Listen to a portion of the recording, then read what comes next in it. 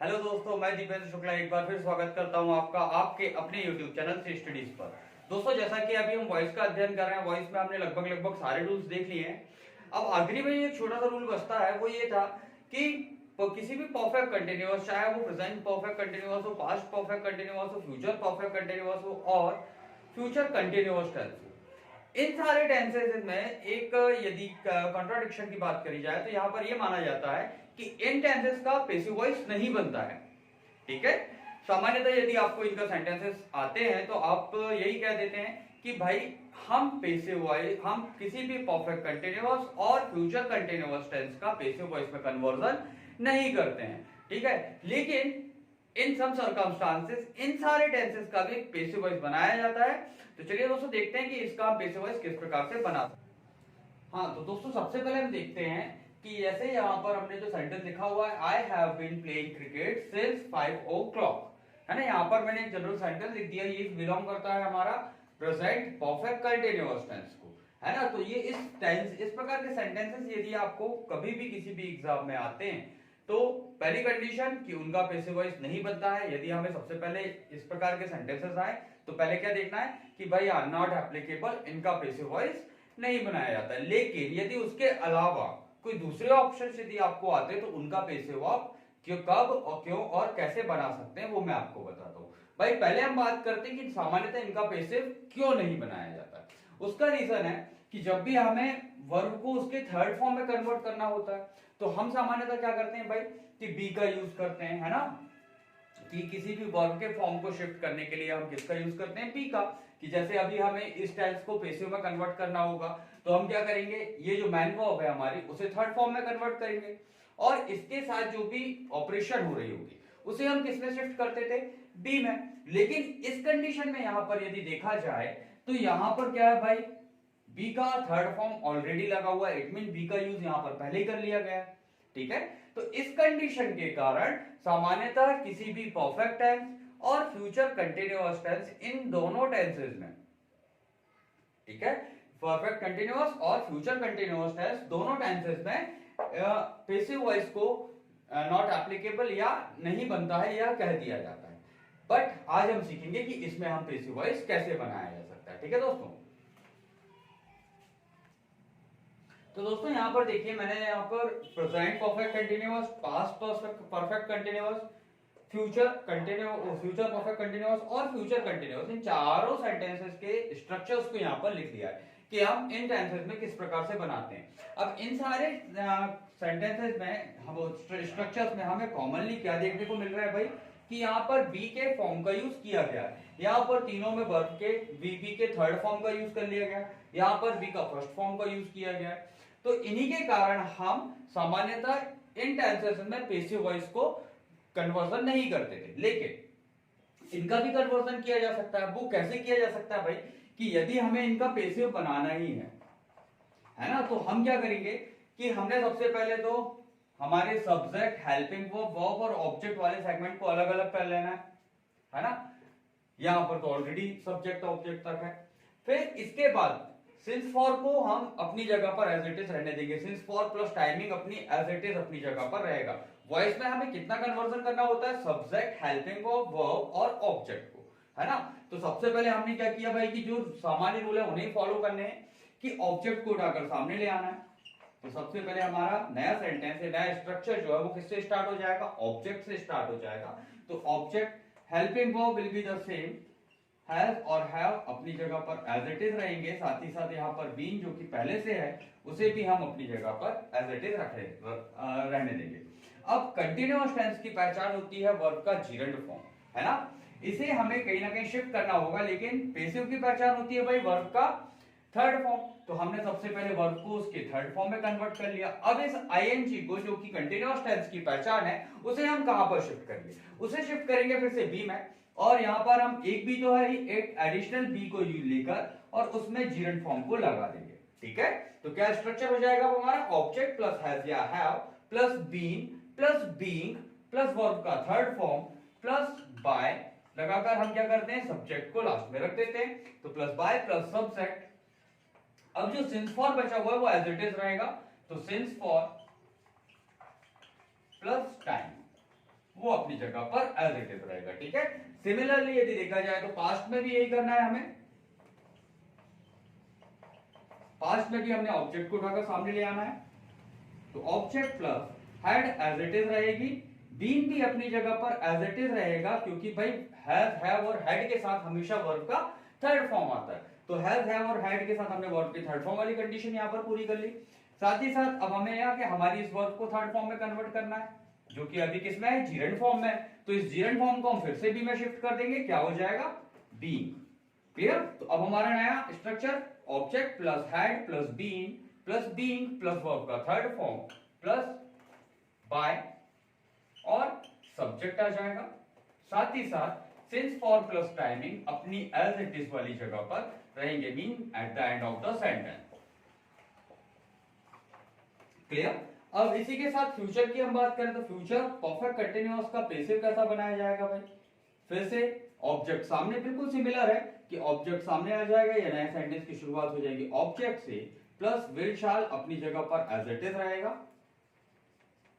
फिर हैव जो कि जैसा था वैसा ही रहेगा, प्लस बीन वो भी रहेगा अपनी जगह पर। भाई इसमें भी हम कोई छेड़छाड़ नहीं करेंगे क्योंकि हैज और हैड के बाद वर्ब का थर्ड फॉर्म का यूज किया जाता है। अब बस बात आती है सिर्फ यहां पर कि वर्ब का जीरेंट फॉर्म है उसको हमें थर्ड फॉर्म में कन्वर्ट करना है, तो हमने वर्ब के जीरेंट फॉर्म को थर्ड फॉर्म में कन्वर्ट कर लिए, लेकिन इसका जो जीरेंट फॉर्म है उसको शिफ्ट करेंगे क्योंकि कंटीन्यूअस टेंस बिना जीरेंट फॉर्म के कभी भी नहीं बन सकता है ना। तो हमने यहाँ पर क्या किया कि यहाँ पर जीरेंट फॉर्म को शिफ्ट कर दिया बी में, तो हमारा structure subject object plus will या shall plus have plus been plus being plus verb का थर्ड फॉर्म प्लस बाय और सब्जेक्ट अब लास्ट में आ जाएगा, फिर सिंस और फॉर प्लस टाइमिंग। क्लियर, और साथ ही साथ फ्यूचर कंटीन्यूअस टेंस जो कि subject plus will shall plus be plus verb का जीरेंट फॉर्म प्लस ऑब्जेक्ट इस फॉर्म में है, तो इसका पैसिव बनेगा ऑब्जेक्ट सामने आ जाएगा प्लस विल शाल अपनी जगह पर रहेंगे, जो कि सब्जेक्ट के नंबर के आधार पर या उसके पर्सन के आधार पर चेंज हो सकते हैं, फिर बी क्योंकि विल और शाल के बाद वर्ब का फर्स्ट फॉर्म आता है, फिर इस वर्ब को अपने को थर्ड फॉर्म में कन्वर्ट करना है तो इसे कर लिया, साथ ही साथ ये आईएनजी फिर से बी में शिफ्ट कर दिया, बीइंग हो गया प्लस बाय और साथ में हम सब्जेक्ट को लिख लेंगे। तो इस प्रकार से इन स्ट्रक्चर्स की हेल्प से हम हमारे जो present perfect continuous, past perfect continuous और फ्यूचर परफेक्ट कंटीन्यूअस टेंस के सेंटेंसेस को पैसिव वॉइस में बहुत आसानी से चेंज कर सकते हैं। चलिए अब कुछ एग्जांपल्स देख लेते हैं दोस्तों।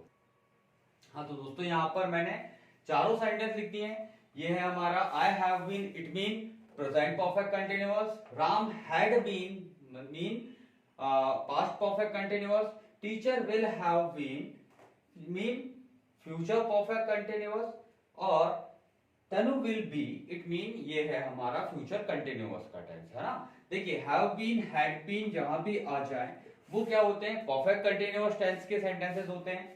साथ ही साथ यदि विल बी प्लस प्लेइंग आ गया तो ये है हमारा फ्यूचर कंटीन्यूअस टेंस। ठीक है, तो सबसे पहले हम परफेक्ट कंटीन्यूअस टेंसेस को देख लेते हैं, उसके बाद हम फ्यूचर कंटीन्यूअस टेंस की तरफ चलेंगे। सबसे पहले इसका पैसिव बनाना है तो भाई हमें सबसे पहले आइडेंटिफाई करना है कि where is the subject, helping verbs, verb and object in the sentence. इस ऑब्जेक्ट को उठाकर हम सामने ले आएंगे तो हमारा जो पैसिव सेंटेंस है वो स्टार्ट हो जाएगा मैंगो से। मैंगो के बाद मैंगो सिंगुलर है या प्लूरल, भाई यहाँ पर हैज और हैव में से दोनों हमें यूज करनी है। तो जो मैंगो है भाई वो सिंगुलर है, तो सिंगुलर के साथ तो हमें हैज का यूज करना होगा। सो मैंगो हैज, फिर बीन, फिर अब क्या करना है, वर्ब को उसके थर्ड फॉर्म में, तो ईट का थर्ड फॉर्म होता है ईटन। अब इस जीरेंट फॉर्म को या आईएनजी को हम बी में शिफ्ट करेंगे तो हो जाएगा आई बीइंग, तो mango has been being eaten, फिर बाय सब्जेक्ट क्या था भाई आई जो कि प्रोनाउन है, तो प्रोनाउन का ऑब्जेक्टिव केस में से कन्वर्ट कर लेंगे, सो आई का हो जाएगा मी, और बाकी का जो सिंस और फॉर के साथ टाइमिंग है वो एज इट इज जैसा लिखा हुआ है वैसा ही हम उसे लिख देंगे, तो सिंस 10 AM। क्लियर, इससे हम सिमिलर बनेगा अपना पास्ट परफेक्ट कंटीन्यूअस का पैसिव, तो पास्ट परफेक्ट कंटिन्यूअस में क्या करेंगे भाई, सबसे पहले तो राम जो कि सब्जेक्ट है, helping verb had been, verb kill और फॉर मैनी आवर्स हमारी टाइमिंग से रिलेटेड टर्म्स है। तो हमें सिर्फ कहां तक ट्रांसफर करना है भैया, सॉरी कहां तक हमें कन्वर्ट करना है, ऑब्जेक्ट तक। तो ऑब्जेक्ट को उठाकर हम सामने ले आएंगे, ऑब्जेक्ट है हमारा रावण, तो हमारा नया सेंटेंस स्टार्ट हो जाएगा या पैसिव सेंटेंस स्टार्ट हो जाएगा रावण से। रावण यहाँ पर पास्ट में सिर्फ एक ही हेल्पिंग वर्ब का यूज किया जाता है जो कि होती है हैड, तो उसे ही हम यहाँ पर यूज कर लेंगे। फिर बीन, किल को थर्ड फॉर्म में कन्वर्ट करना है तो किल्ड हो जाएगा ये। अब ये जीरेंट फॉर्म जो है वो शिफ्ट होगा किसमें भाई, बी में, तो बी और उसमें लगा देंगे आईएनजी। तो Ravan had been being killed by Ram, जो कि हमारा यहाँ पर सब्जेक्ट था, सब्जेक्ट ऑब्जेक्ट की जगह पर चला जाएगा और बाकी का जो सेंटेंस है जो टाइमिंग से रिलेटेड टर्म्स है वो एज इट इज हम लिख देंगे फॉर मैनी ऑर्स। क्लियर। इसी टाइप से जो फ्यूचर परफेक्ट कंटिन्यूअस है उसका भी हम क्या करेंगे, सबसे पहले तो हमने सेंटेंस को आइडेंटिफाई किया कि भाई सब्जेक्ट हेल्पिंग वर्ब और ऑब्जेक्ट में हमारा सेंटेंस कहां पर खत्म हो रहा है, तो ये ऑब्जेक्ट हो गया, ये वर्ब हो गई, ये हेल्पिंग वर्ब से रिलेटेड टर्म्स हो गई और ये हो गया हमारा सब्जेक्ट। इनको हमें पूरे उन्हीं चारों रूल्स के साथ एक दूसरे से इंटरचेंज करना है। सबसे पहले तो अस का हो जाएगा वी, ठीक है, फिर वी के साथ विल आता है या शाल, तो डेफिनेटली वी फर्स्ट पर्सन, उसके साथ आ जाएगा शाल। फिर हैव एज इट इज रहेगा अपनी जगह पर, बीन भी अपनी जगह पर एज इट इज रहेगा, लेकिन टीच को हमें थर्ड फॉर्म में कन्वर्ट करना है तो वो हो जाएगा टॉट। अब ये जो जीरेंट फॉर्म है, जो कंटिन्यूअस की पहचान है, वो कहां आ जाएगी, बी के साथ शिफ्ट हो जाएगी, बीइंग, फिर बाय, फिर कहां, किसके द्वारा पढ़ाया जा रहा था भाई, टीचर के द्वारा पढ़ाया जा रहा था तो बाय टीचर, फिर फॉर 5 आवर्स। ठीक, लास्ट है हमारा फ्यूचर कंटिन्यूअस टेंस जिसमें तनु विल बी प्लेइंग क्रिकेट, तो यहां पर तनु सब्जेक्ट है, ये हेल्पिंग वर्ब, फिर ये वर्ब और ये हो जाएगी ऑब्जेक्ट। तो ऑब्जेक्ट से हमारे सेंटेंस की शुरुआत हो जाएगी जो कि है क्रिकेट, फिर इसके बाद क्रिकेट के साथ विल हेल्पिंग वर्ब का ही यूज करेंगे, फिर बी, फिर प्ले को हम थर्ड फॉर्म में कन्वर्ट करेंगे तो वो हो जाएगा प्लेड, और जो प्लेड में जीरेंट फॉर्म में जो आईएनजी लगा हुआ है वो हम एक एडिशनल बी लगाकर उसमें शिफ्ट कर देंगे कि cricket will be being played by Tanu. ये हमारे सेंटेंस की चारों प्रकार के सेंटेंस का कन्वर्जन यहां पर हो चुका है। अब इसमें ध्यान रखने वाली चीजें क्या क्या है, मैं उसको आपको अंडरलाइन और हाईलाइट कर कर दिखा देता हूं कि सबसे पहले भाई क्यों नहीं बनाते थे हम, क्योंकि यहां पर जब भी हमें वर्ब से किसी भी चीज को कि वर्ब को थर्ड फॉर्म में यदि कन्वर्ट करना होता था तो हम क्या करते थे, जिस फॉर्म में वर्ब है, जैसे वर्ब यहां पर जीरेंट फॉर्म में है तो हम वर्ब से जो जीरेंट फॉर्म था उसका आइडेंटिफिकेशन आईएनजी निकाल कर कहां शिफ्ट कर देते थे भाई, सामान्यतः बीइंग में, बी में लगा देते थे। लेकिन यहां पर ऑलरेडी एक एडिशनल बी लगा हुआ है, ये जो है ऑलरेडी हम बी का यूज कर लिया, तो भाई सामान्यतः कुछ जो रूल्स के अकॉर्डिंग डबल बी का यूज नहीं किया जा सकता था, लेकिन फाइनली ये देखा गया कि भाई हम x में मल्टीप्लाई बाय 1 करें एक बार या मल्टीप्लाई बाय 1 करें 2 बार, बात तो वही रहती है ना भाई। x में आप 20 टाइम्स ही मल्टीप्लाई बाय 1 लिख देंगे तो क्या आएगा, x की वैल्यू x ही रहेगी, वो वैल्यू कभी चेंज नहीं होगी, 20 बन 20 फिर से 20 बन 20, कोई फर्क नहीं पड़ रहा है। तो ऐसा माना गया कि भाई जब बी हमने एक बार सेंटेंस में डाल दिया उससे हमारे सेंटेंस में कोई फर्क नहीं पड़ा तो एक बार और यूज कर लेते हैं, तो ये वर्ब के फॉर्म को अब हमने कहां शिफ्ट कर दिया, बी में, है ना। तो ये भी करेक्ट हो गया और ये भी करेक्ट हो गया। क्लियर कि जीरेंट फॉर्म कंटिन्यूटी की पहचान वो भी हमने यूज कर ली और साथ ही साथ वर्ब को भी उसके थर्ड फॉर्म में कन्वर्ट कर लिया। सिमिलरली इन्हीं सारे सेंटेंसेस में यही चीज है कि भाई आईएनजी को हमने एक एडिशनल बी, जो कि यहां पर एक बी होने के बाद एक और, मतलब 1 + 1 = 2 नहीं होकर यहां पर 1 × 1 हो गया। ठीक, तो इस प्रकार से हमने डबल बी लगाकर इन सेंटेंस को पैसिव में कन्वर्ट कर दिया।